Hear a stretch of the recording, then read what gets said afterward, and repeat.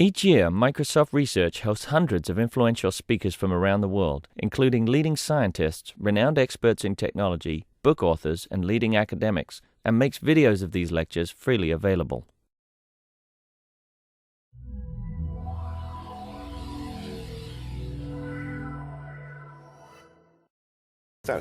So I would like to welcome Professor Jacek Furdyna. He's from University of Notre Dame. He's holding a Marquess Endowed Chair in Information Theory and Computer Technology. And his research interests include spectroscopy of solids, fabrication designer materials, semiconductor fabrication and investigation of man-made designer materials, semiconductor quantum structure, short wavelength optoelectronics, and blue-green light-emitting devices, including blue lasers, magnetic resonance, quite impressive list, and most recently the fabrication and studies of magnetic semiconductors. And he will be talking today about this last topic, and the title of the talk is Making Semiconductors Ferromagnetic, Reasons, Challenges, and Opportunities. So please welcome Dr. Jacek Furdyna. Thank you very much, Andrzej. I'm very honored to be here and to give this talk. The title is pretty much, as Andrzej put it, Magnetic Semiconductor World, spintronics. Spintronics is the catchword where we now want to do electronics, but using not only the electronic charge, the charge of the electron, but the charge of the spin. So that is basically the motivation. So the motivation really goes further, and that is that the lifetime of the spin is much longer, turns out, than the lifetime of the charge momentum.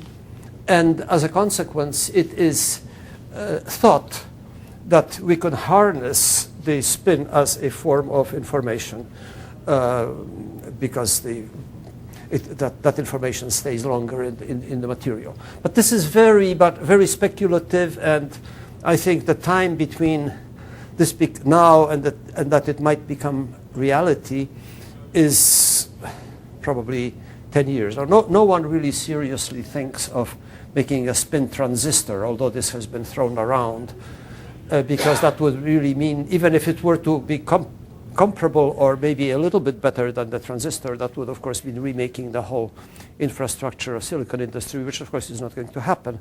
On the other hand, in areas which don't have any infrastructure, like say for example quantum computing, people are exploring very seriously the role of spin along with charge. Okay, so what I will be speaking about is properties of a specific family of semiconductors, namely, well, it's indicated as 3 manganese 5. Basically, I will be talking mostly about gallium arsenide, which is the semiconductor that is, next to silicon, probably the most important beast that one has. I mean, certainly the semiconductor laser that is in your CD player, that is in my optical memories, very fast transistors are are gallium arsenide, although gallium arsenide probably has the one advantage over silicon, and that is that one can make optical devices from it, whereas from silicon at the present time that is impractical. So I will be talking about this material, and of course I will be talking as a physicist about rather basic properties of making a semiconductor ferromagnetic, and I will talk about the role of, what makes the material magnetic. If this is, for example, gallium, group 3, and this is arsenic, group 5, we are substituting a magnetic moment for the group 3 element. That's what makes it. And lo and behold, it is actually not just magnetic, because it has magnetic moments, not paramagnetic, but it's actually a ferromagnet. And I will then talk specifically about how this manganese acts and where it is in the lattice, and what limits the ferromagnetism of these things. They are excellent ferromagnets, as you will see, but the limitation at the present time, the big holy grail, is to make them room temperature ferromagnets. I mean, if I get very excited and say, okay, we have a very new material and it has these attractive properties at 4 kelvins, well, one may laugh from a practical point of view because you want to have it at room temperature. And I will talk a little bit about device prospects and future directions of this thing. Here are some examples of the materials that I will discuss. I will mainly discuss the gallium manganese arsenide because it is the best studied. Also, it has the advantage of being integrated with a gallium arsenide electronics. At the present time, actually, this thing has been climbing. When we first started working with it, the Curie temperature, which means the temperature up to which the thing is ferromagnetic, was maybe 40 kelvins. Now it is 170 kelvins, which that means it's still around 200 degrees Celsius below room temperature, right? No, 100, because 273 is 273 kelvins is 0 Celsius. So it's climbing up there. And what makes it ferromagnetic? Well, manganese.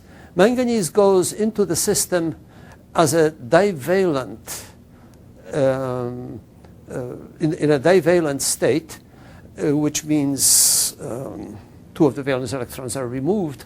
But in a 3-5 semiconductor, you need 3 valence electrons. So what happens is that instead of, it could actually give one of its own electrons, but more than the 2s electrons that are on the outer shell.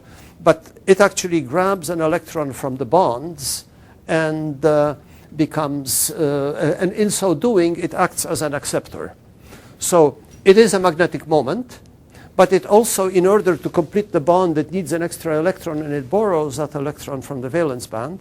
So it therefore provides also a very large concentration of holes. And the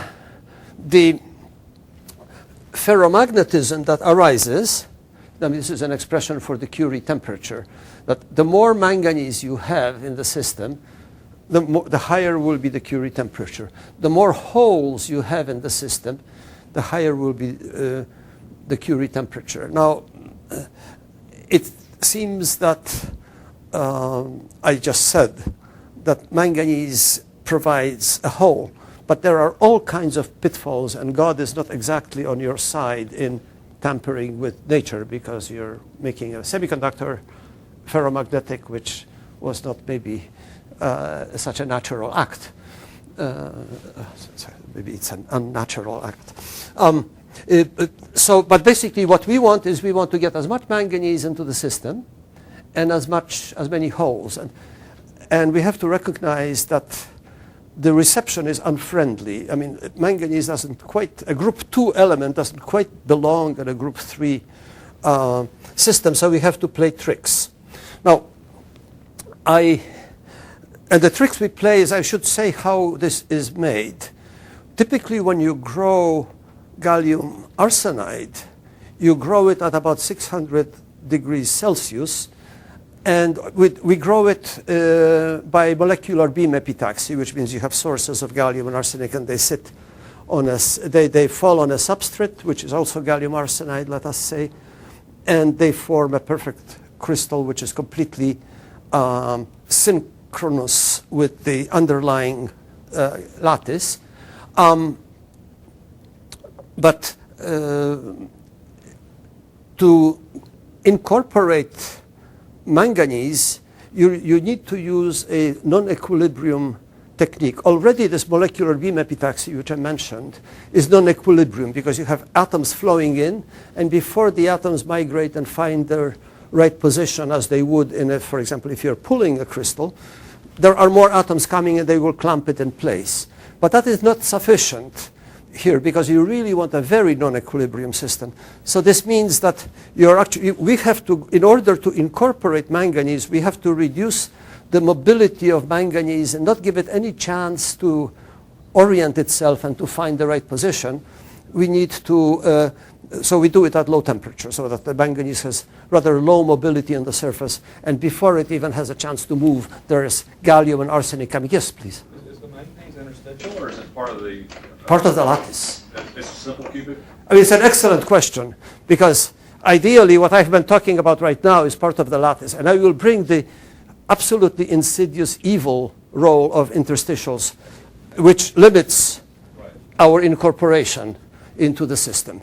But that's right, the question is right on the money. Here I just wanted to demonstrate that in a person who loves magnetism, then you can see that you can actually manipulate the easy axis of magnetization.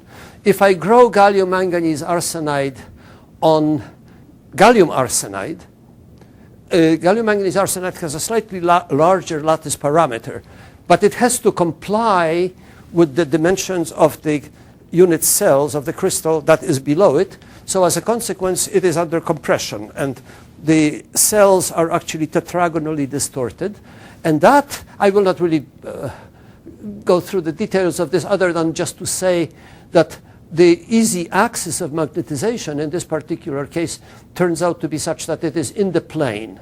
So if I apply a magnetic field in the plane, I will get a very sharp hysteresis curve. And if I apply the magnetic field perpendicular to the plane, I will need to apply a very large field before I finally I will of course force the magnetic moments to point in the direction. But for any device, what is important is what happens at a very low field. Whereas I can also, you mentioned man-made materials or designer materials. I can design the substrate. I can take gallium arsenide, and on top of it I can grow gallium indium arsenide. Indium is a much bigger ion, and I therefore can form a thick layer of something which has a much larger lattice parameter than gallium arsenide. Then the gallium arsenide will be under tensile strain. Then the easy axis will be perpendicular. Magneticians love this. I mean, I realize, but you can manipulate the easy axis and of the magnet, and this is just sort of background material of the properties of this system. And why does this? I think the beauty of this is that this business of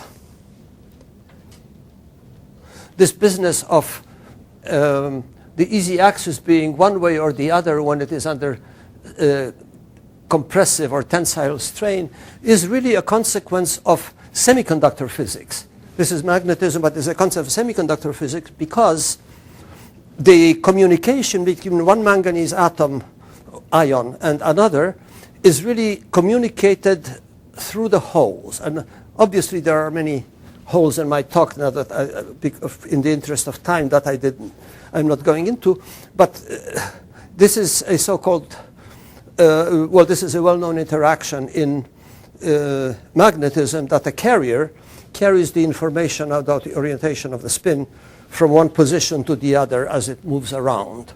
But as it moves around, this is the band structure of the semiconductor, and this is the Fermi level. This is basically where these are the properties of the holes that actually determine the communication. And this picture doesn't show it, but this is actually anisotropic in space. So the cross-section of this, if this is the x direction, the cross-section of the Fermi surface of the holes is very convoluted, and that is what responds to the pressure, compressive or tensile, and it is the properties of the holes that transmit their properties of anisotropy to the manganese as they determine the communication.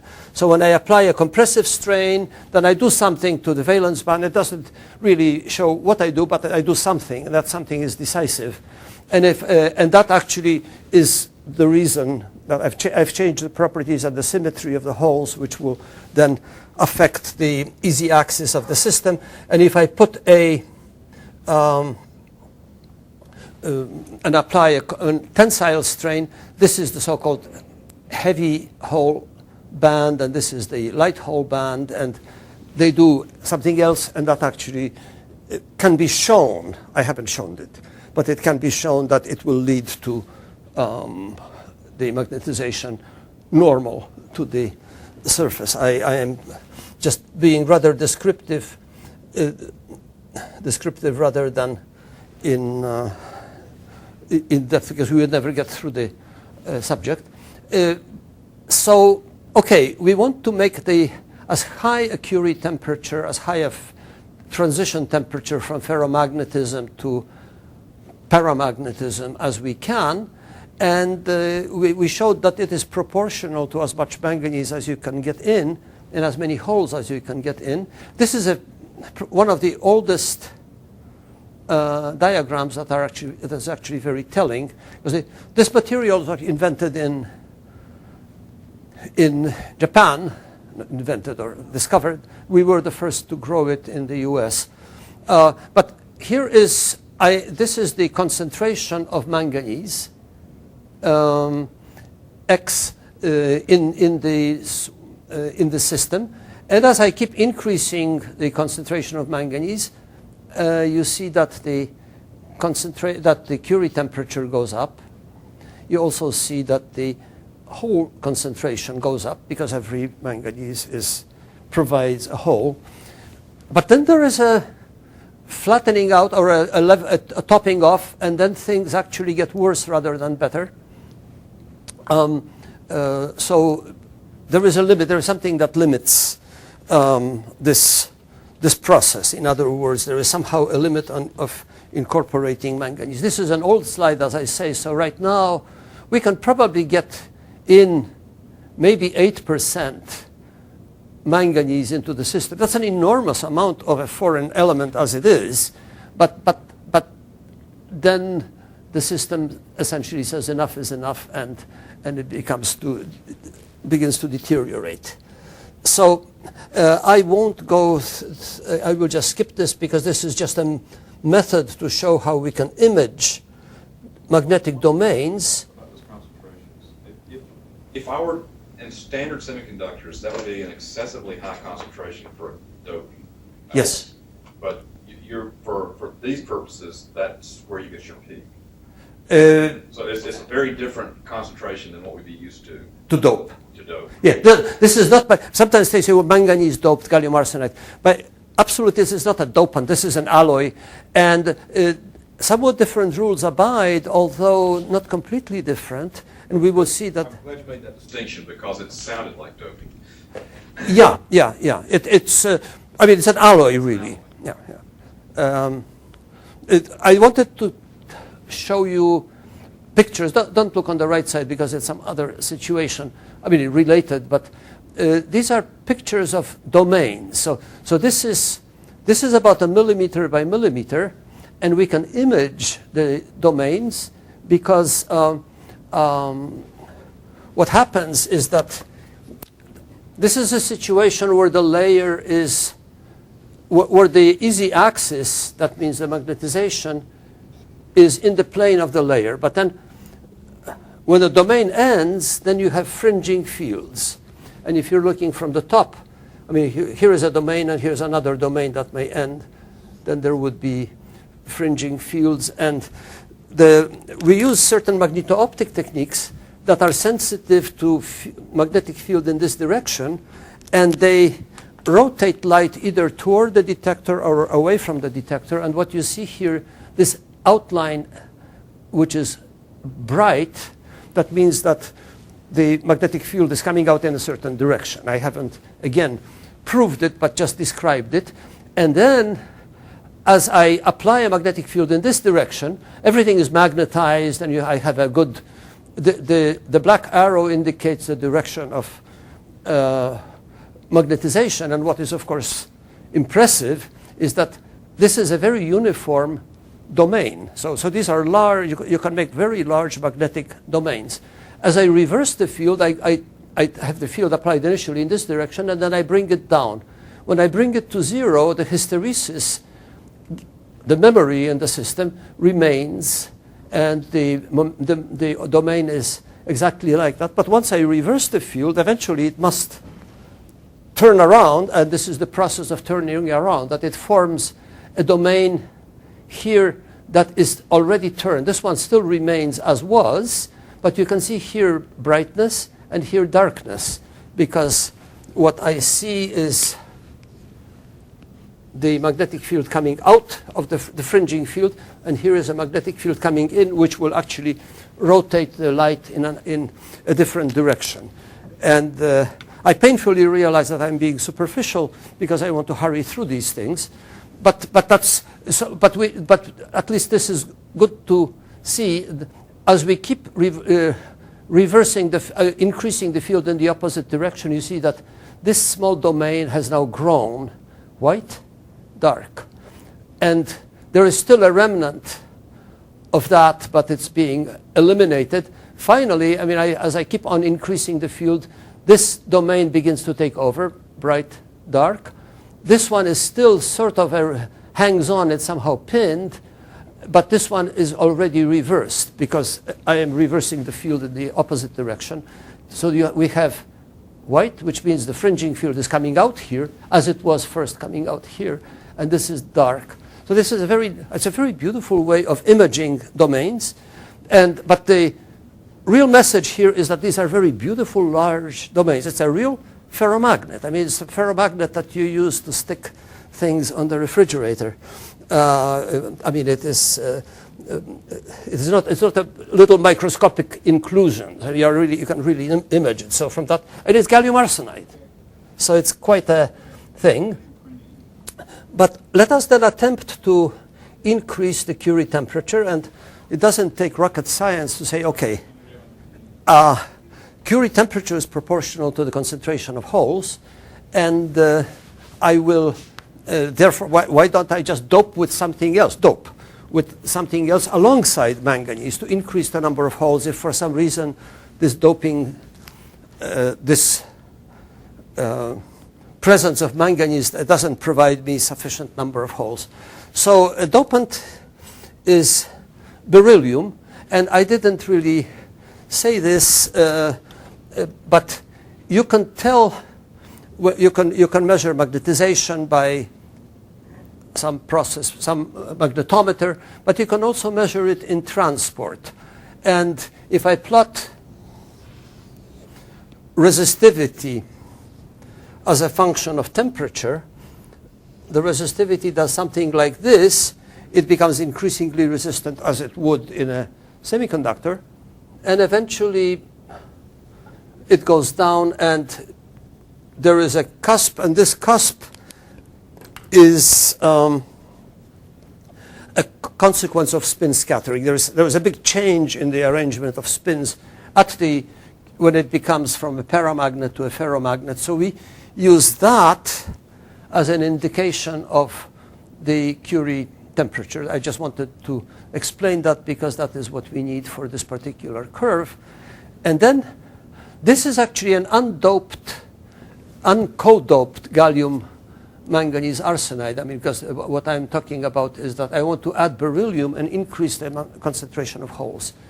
But when I increase the concentration of holes, that is actually indicated by the temperature of the beryllium source. So the bigger the temperature of the beryllium source, the more holes I'm introducing into the system. And of course, our intention was to move this temperature higher.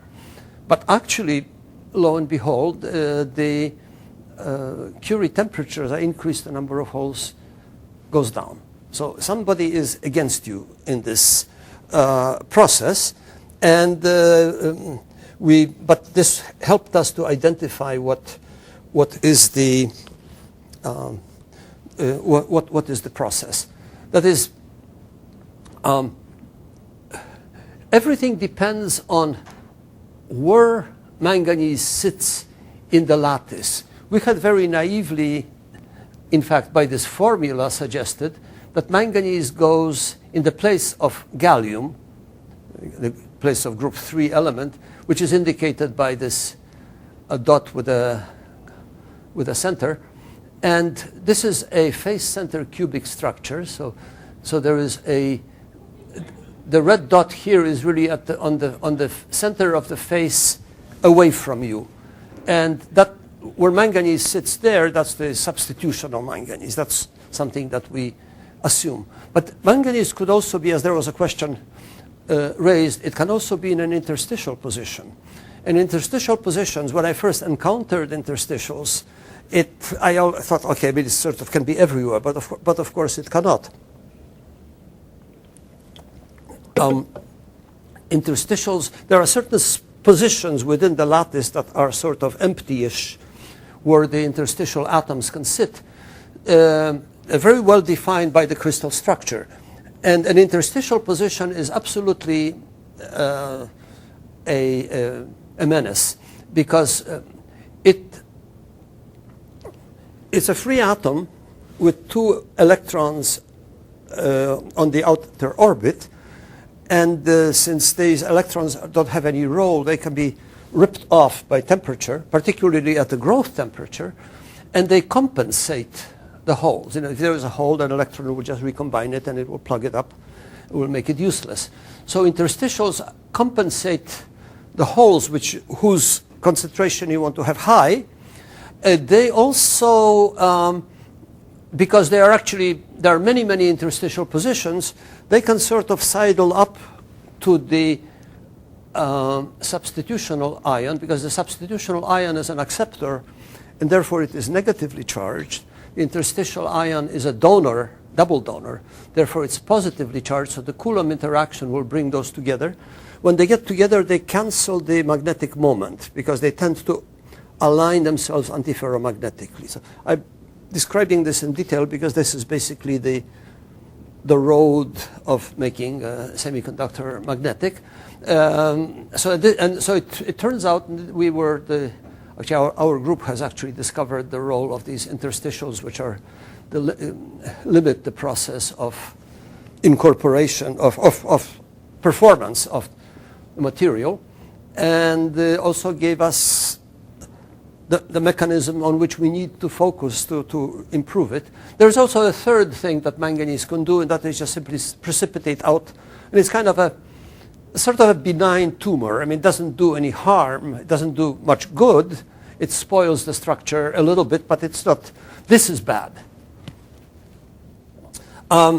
We can look for these interstitials by so-called Rutherford backscattering, and I don't want to take the time because I don't want to run out too much. But we have used, there is an experiment called Rutherford Rutherford backscattering, where we are sending in alpha particles and then looking at the reflection.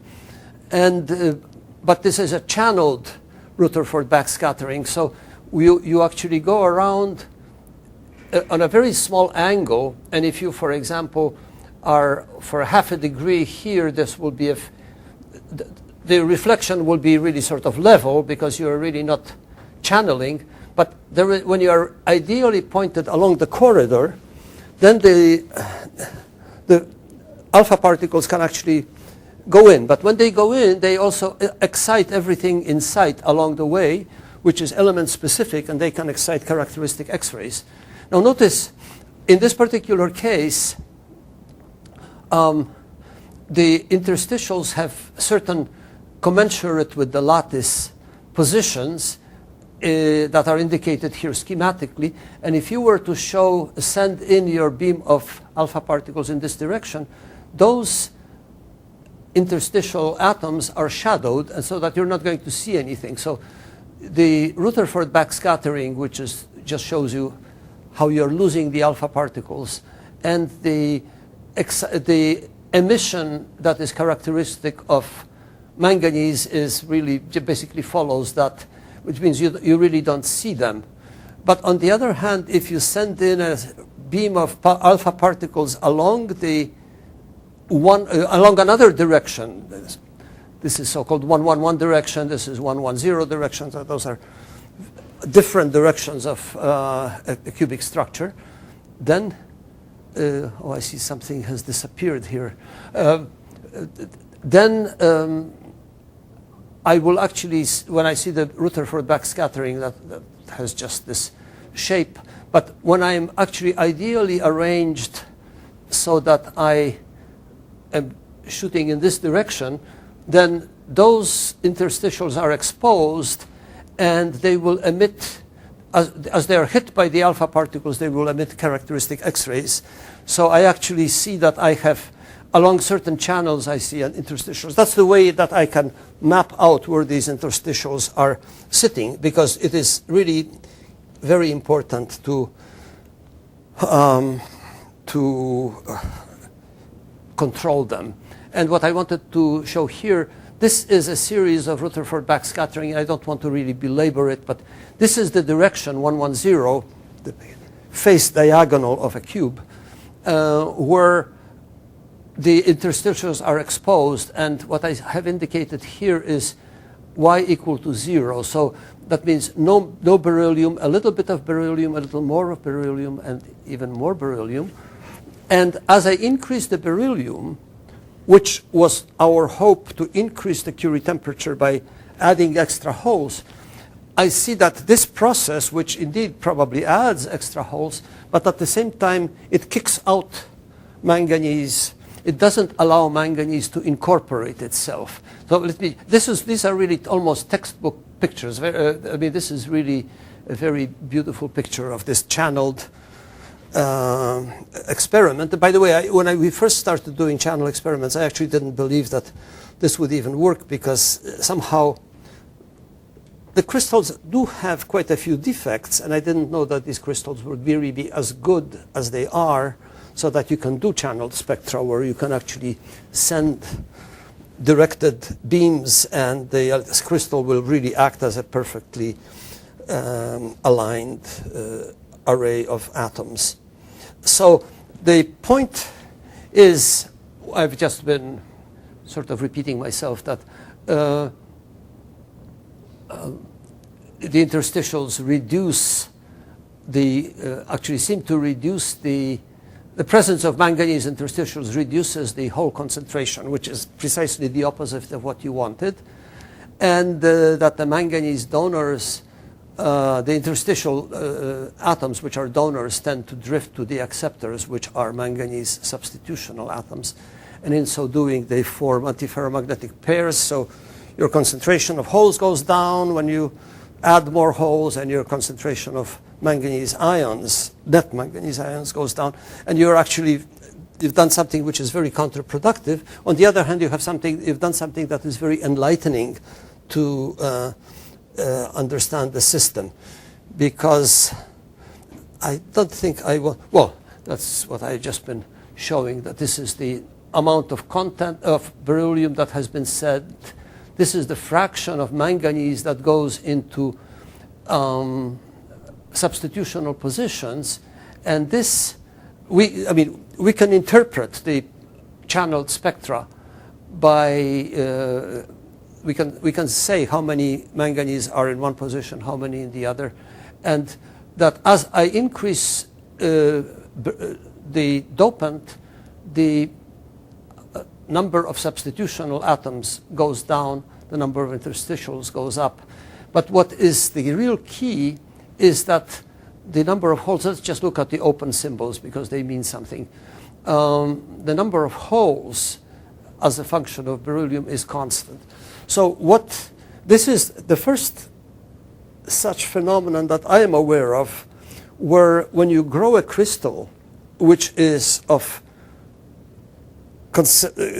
composed of different atoms that maybe don't like each other, but the incorporation of a foreign atom is not dictated by the fact that you are actually introducing different bond lengths and all kinds of mismatches, but it really is determined by the fact that the system does not want to accept more holes than a certain value. Basically, it takes a certain, this is what one would call a Fermi level, and if you reach a certain number of holes, then and you are trying to put in a manganese, which would be an acceptor if it goes to a substitutional gallium position, and therefore create a hole and increase the number of holes, that is unfavorable energetically. So the system prefers to kick out this manganese and to throw it into an interstitial position. So probably beryllium is a more mobile atom, and it finds its places quicker. But in any event, what we have discovered is that it is really the electronic properties of the system during the growth that limit the incorporation of manganese, which is something that I have never seen in anything else. And I just want to illustrate this a little further.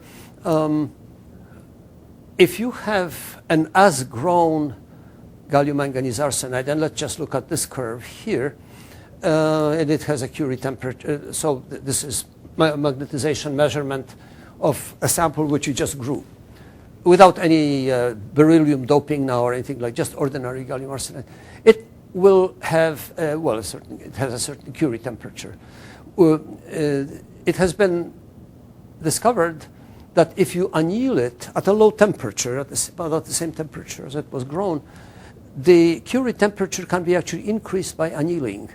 Not only the Curie temperature, but also the magnetic moment. The magnetization can be drastically increased by annealing. This is also shown here by magnetic hysteresis curves for as-grown and for annealed system. And what we have shown is that this improvement, which was not understood, what does annealing really do, that the annealing really kicks out the interstitial atoms somewhere to form precipitates. Maybe I should go back to this curve. This is the number of substitutional atoms, the open symbols, before annealing. And this is annealed, so it has full symbols. And this is the number of interstitial atoms and the number of random precipitates.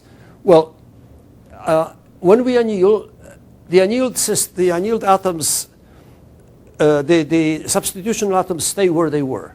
The concentration of manganese substitutional before and after annealing is the same. We've done it for other concentrations as well. But the number of interstitial manganese has dropped down, and the number of precipitates has gone up. So these interstitials go into precipitates. And they actually go to the surface. They form some kind of scum on the surface. So I wanted to yet illustrate this with modulation doping, but maybe let me just do that very quickly. Modulation doping is a technique where we form a quantum well between barriers.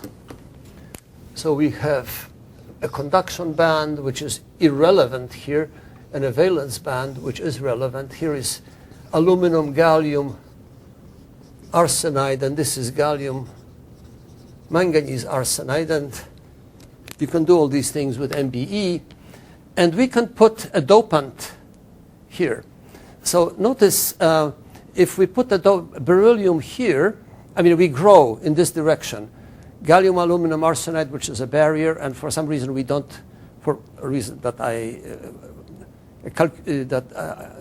I initially one would want to have modulation doping from both sides, but let's just look at it when we modulation dope on one side. So we grow a barrier, then a quantum well. This is just a valence band. And then we grow another barrier, but we put beryllium here. As the berylliums form, as the beryllium forms holes in this region, the holes will drift up to the quantum well. And the manganese is already built in, so I have increased the beryllium remotely by sending it to the well. And notice, this is the magnetization for as-grown, for a system which doesn't have any doping from on either side, the undoped.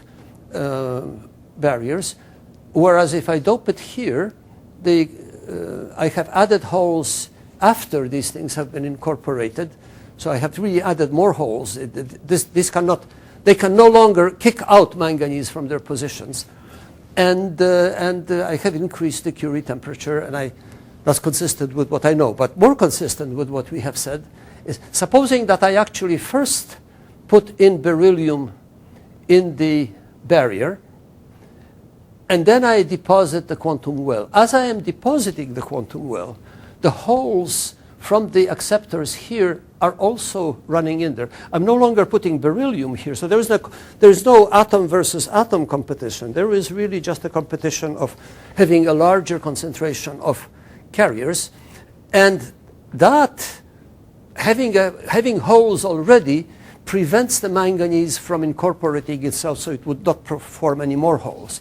So notice that if I did it that way, I actually reduced the Curie temperature, and that really has opened our eyes to what we can do to increase the Curie temperature, and we are actually using that for various strategies. I don't want to really belabor this, but I just wanted to now very superficially mention some,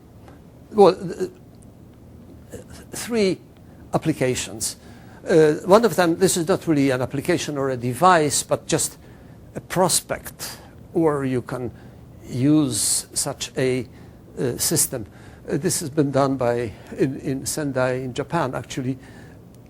You have actually, this is another, I've been talking about gallium manganese arsenide. This is the first time I'm talking about another material, indium manganese arsenide. And this is in a field effect transistor structure. And I have a certain, so there is indium arsenide, various layers that go into the makeup of an FET.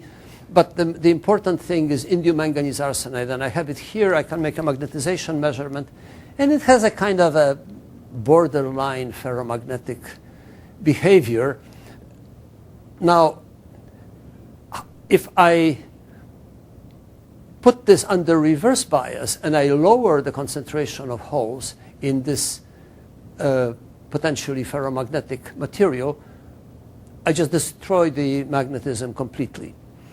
On the other hand, if I put a forward bias and I increase the concentration of holes substantially, look what happens. So this is the first time that I know, or the first situation that I know where you can actually change the magnetic properties of a system by just sending a current into, by applying a voltage to the material.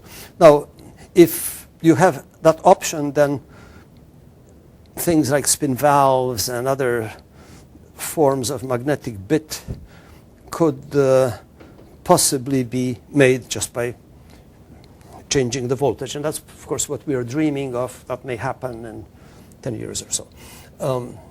Here's another example where this is lithographically etched. We were part of this team. Gallium manganese arsenide with nanoconstrictions. I mean, really nanoscale. This is 100 nanometers, so this is probably 20, maybe 30 nanometers. And if you apply a magnetic field in this direction, everything is magnetized in one direction. And as I now return with magnetic field in the reverse direction, everything has been magnetized in this direction, and that means that electrons have spin, or holes actually in this case, have the same spin here as here as here, and that is conducive to low resistance, to good conductivity. So as I now,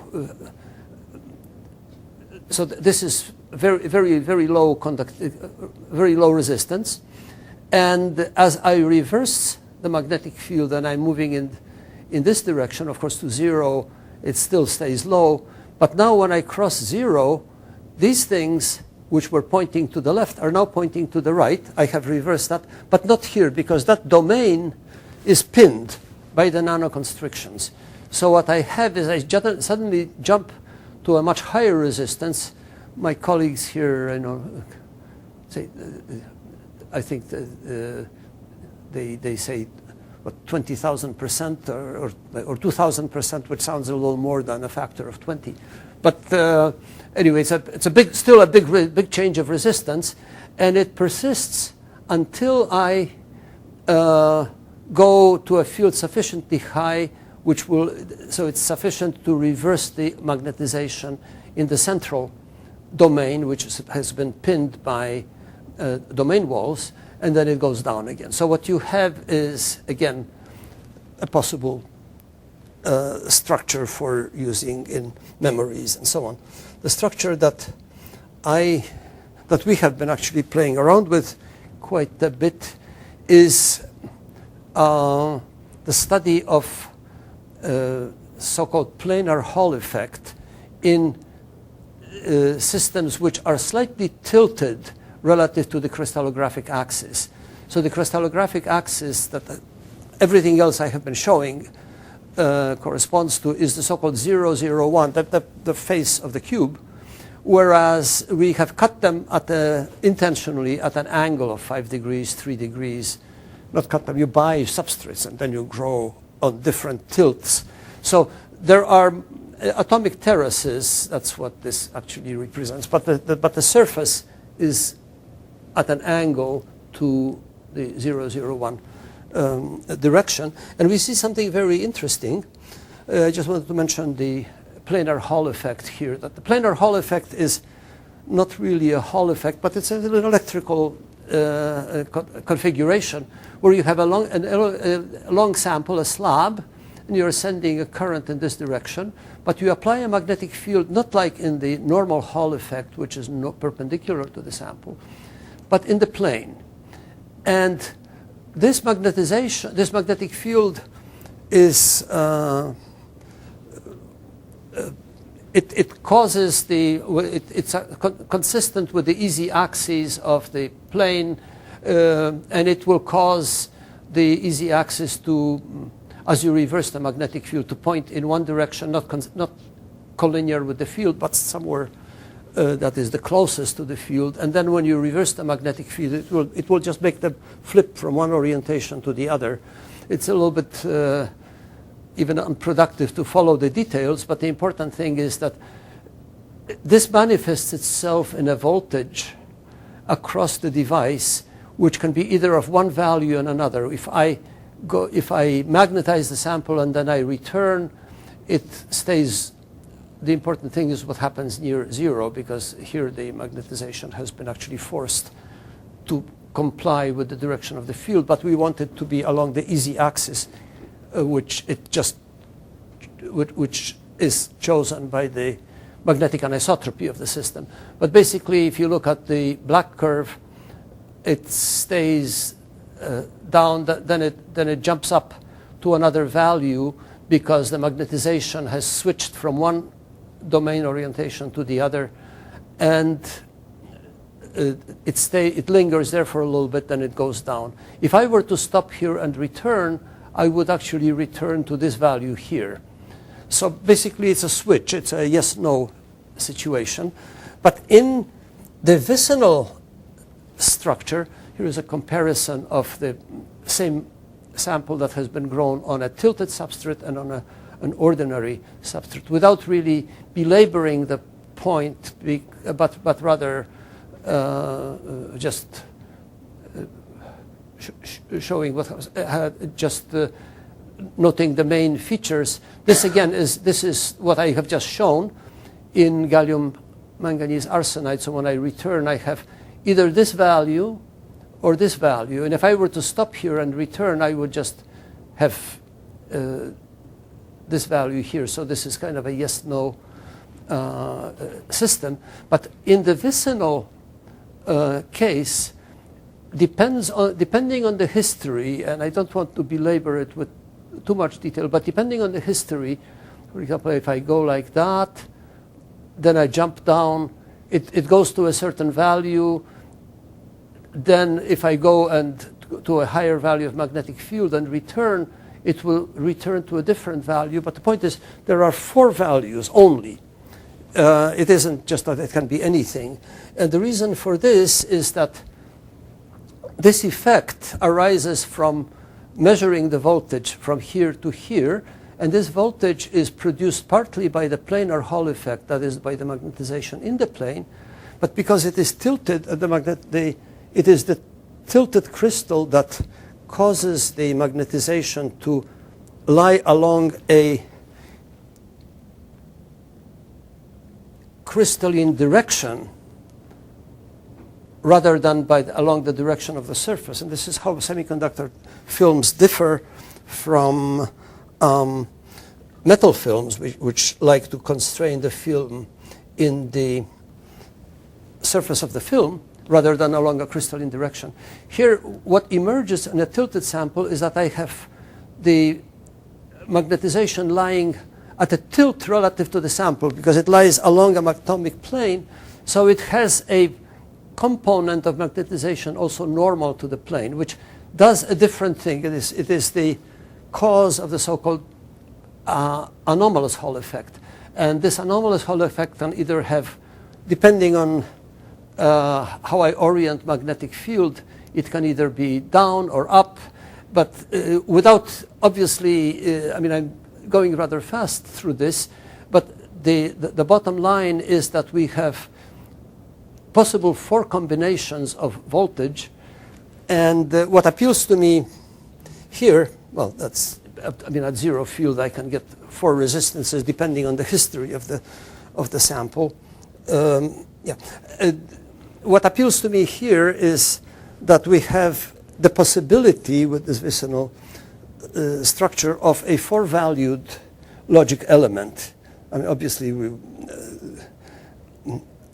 I don't quite know what to do with a 4-valued logic element because we are so, so conditioned to think in a binary system. But on the other hand, you do, if you think about it, your DNA is a 4-valued logical element. I mean, you have the 4 bases, and so somehow maybe this could conceivably serve as some form of a different logic, but not right away. But if we succeed in A, getting the Curie temperature to where we want it, and B, exploring it. I mean, this may or may not be important. We, of course, but you report what you discover. Well, I think I don't want to overstay my welcome, so I will quit here. Thank you very much.